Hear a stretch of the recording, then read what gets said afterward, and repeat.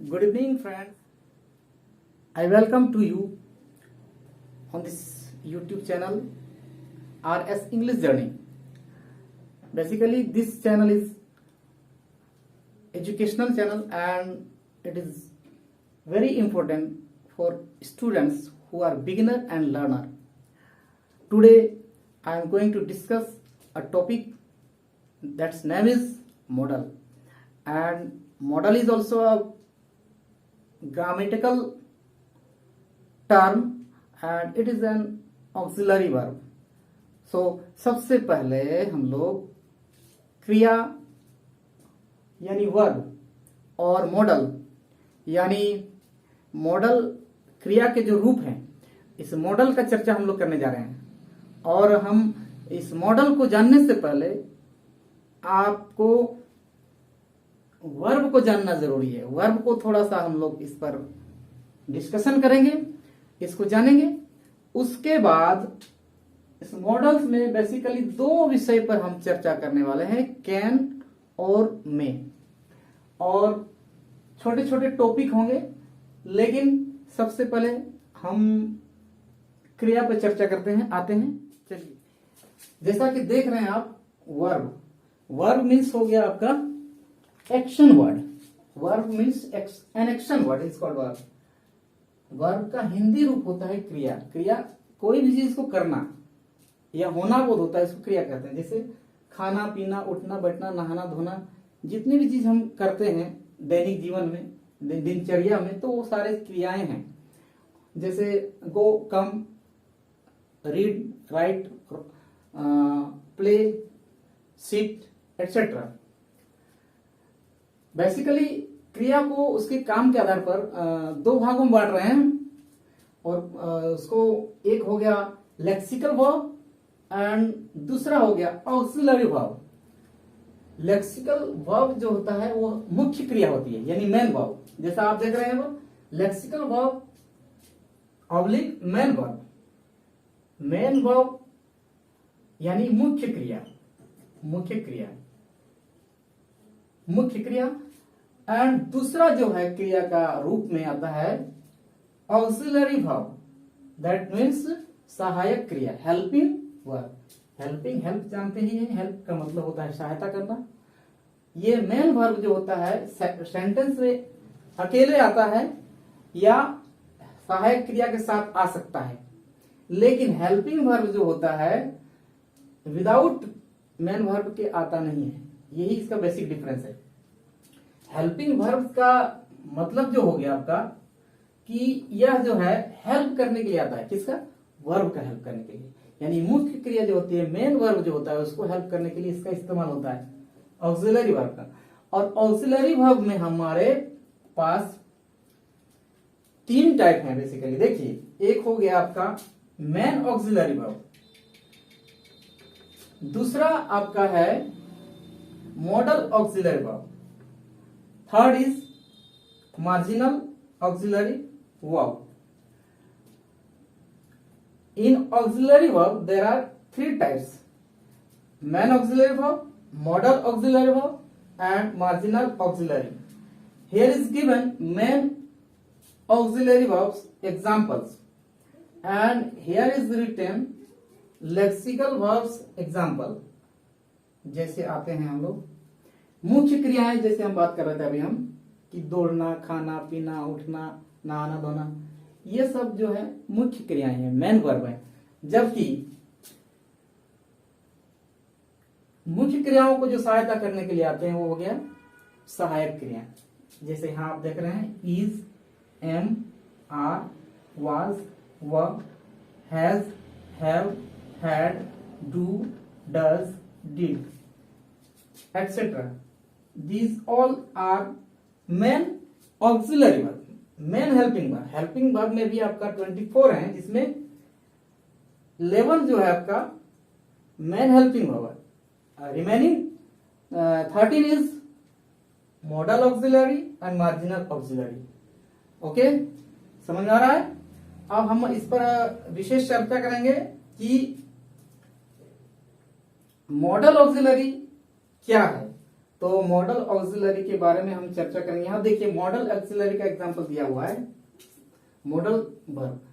Modal verb का खास बात विशेषता यह है कि जब भी वो सेंटेंस में आता है तो अपने साथ जिसकी जो क्रियाएं आती हैं उसको वो फर्स्ट फॉर्म में रखता है, न कि second, third, fourth, fifth. Basic जो रूट है, बेसिक जो उसका स्ट्रक्चर है उसी के आधार पर आता है, यानी वर्ब का फर्स्ट रूप में ही मॉडल का प्रयोग किया जा सकता है। यदि कहीं मॉडल का प्रयोग हो रहा है तो वर्ब का रूप होने वाली बात यह है।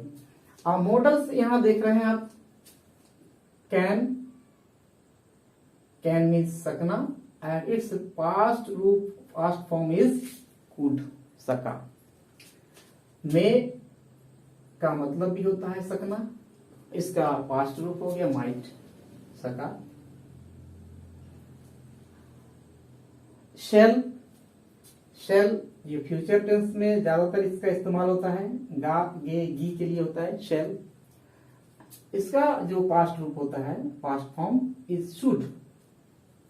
ओके, ये हो गया आपका मेन मॉडल्स। अब आते हैं यहाँ मार्जिनल ऑक्सिलरी वर्ब्स। कभी कभी इसको मॉडल्स में भी गिन लेते हैं, कभी इसको मार्जिनल में रख दिए हैं। तो चलिए इसको जानते हैं। ये एक है यूज टू। यूज टू का अर्थ होता है किया करता था या इस्तेमाल हुआ करता था। गांधी जी पढ़ा करते थे, गांधी जी चक्का चलाया करते थे, तो इस समय यूज होता है। Gandhi ji use to spin अ चक्र। एंड नीड का मतलब जैसा कि आप जान रहे हैं, नीड माने आवश्यकता, जरूरत।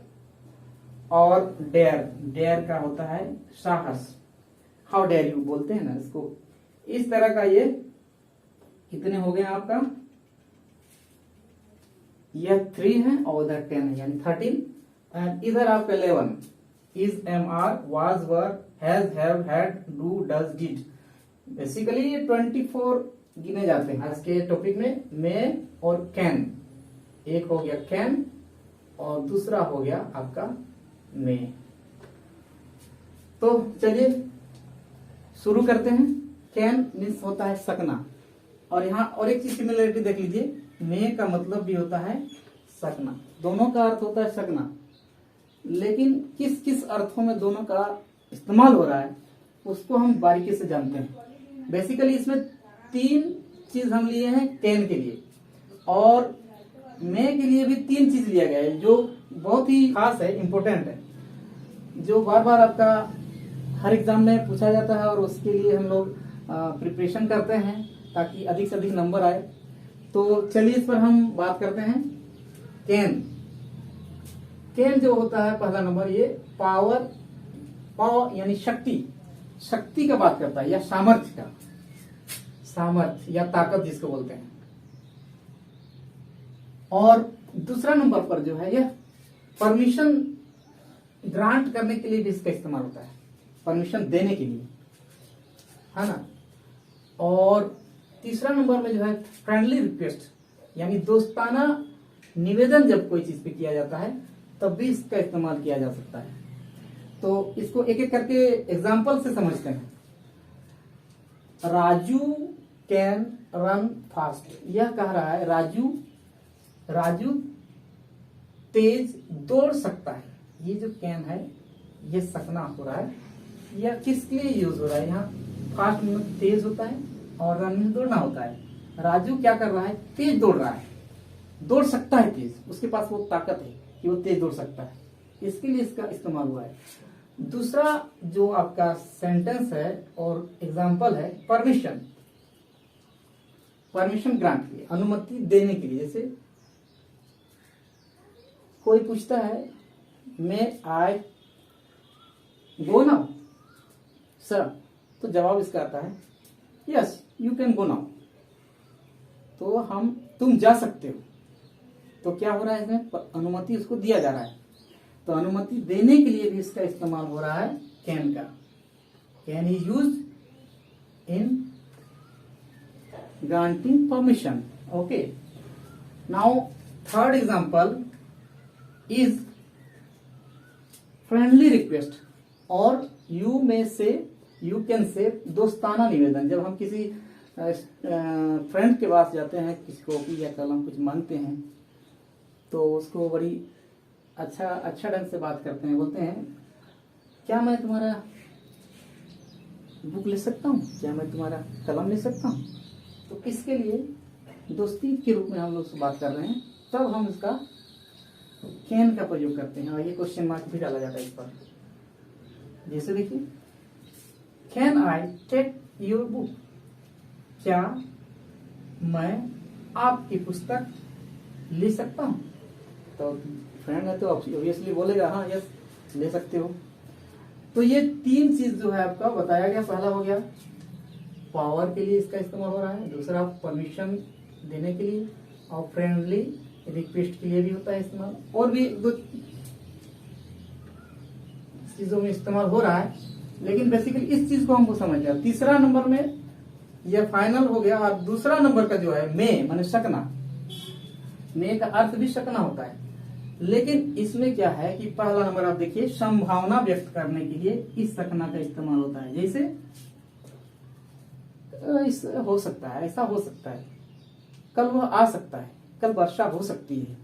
तो इसके लिए हम इसका प्रोबेबिलिटी पता नहीं रहता है, लेकिन हम अनुमान लगाते हैं और संभावना व्यक्त करते हैं कि शायद कल वर्षा हो सकती हो। तो इसलिए हम इसका यूज करते हैं इट मे रेन टुडे, कल वर्षा हो सकती है। ये संभावना व्यक्त किया जा रहा है। यहां से आप देख लीजिए इसका एग्जांपल, कल वर्षा हो सकती है, इट में रेन टुडे। दूसरा में आपका दिख रहा है यहाँ पर एग्जांपल, इच्छा प्रकट करने के लिए। किसी को तुम्हारी आयु दीर्घायु हो, तुम बड़ा आदमी बनो, भगवान करे तुम लंबी आयु जियो, ईश्वर करे तुम 100 साल जियो। इस तरह का जब हम बात करते हैं, किसी को विश करके बोलते हैं, तो उस विश के लिए भी हम मे का इस्तेमाल करते हैं, मे का यूज करते हैं। जैसे यू मे लिव लॉन्ग, तुम दीर्घायु हो, इसके बारे में बात कर रहा है। ओके। और तीसरा जो है आपका बहुत ही आसान है, ये हम लोग जनरली स्कूल में भी यूज करते रहते हैं अनुमति लेने के लिए। मे आई कम इन सर, अनुमति लेते हैं ना, मे आई कम इन सर। तो इसको हम लिख सकते हैं मे आई कम इन सर। तो तीन, इसमें तीन और इसमें तीन। देखिए इसी को बेसिक डिफरेंस को समझिए, और इसमें आप जब भी ऐसा प्रश्न आएगा तो आप इसमें डरिएगा नहीं, और इसमें एक चीज को समझ लीजिएगा तो दूसरा आपको ऑटोमेटिक हल हो जाएगा, है ना। तो सॉल्यूशन निकालना है तो थोड़ा इस पर आप फोकस कर दीजिए, बेसिक चीज पर। ये मैं जो सकना होता है संभावना के लिए होता है, इच्छा प्रकट करने के लिए होता है, विश के लिए, और अनुमति देने के लिए, टेक परमिशन के लिए। ओके। तो नेक्स्ट अगला टॉपिक पे हम लोग अगला दिन चर्चा करेंगे। सी यू, बाय, ओके।